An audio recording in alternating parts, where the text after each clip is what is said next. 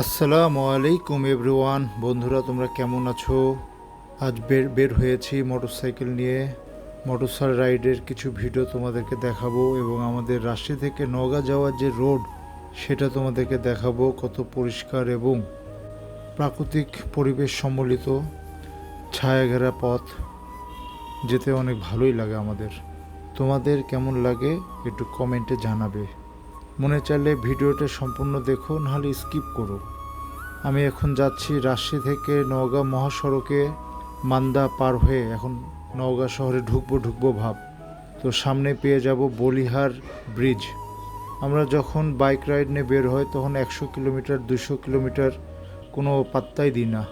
নিজের সম্পূর্ণ নিয়ন্ত্রণ রেখে বাইক রাইড করার চেষ্টা করি।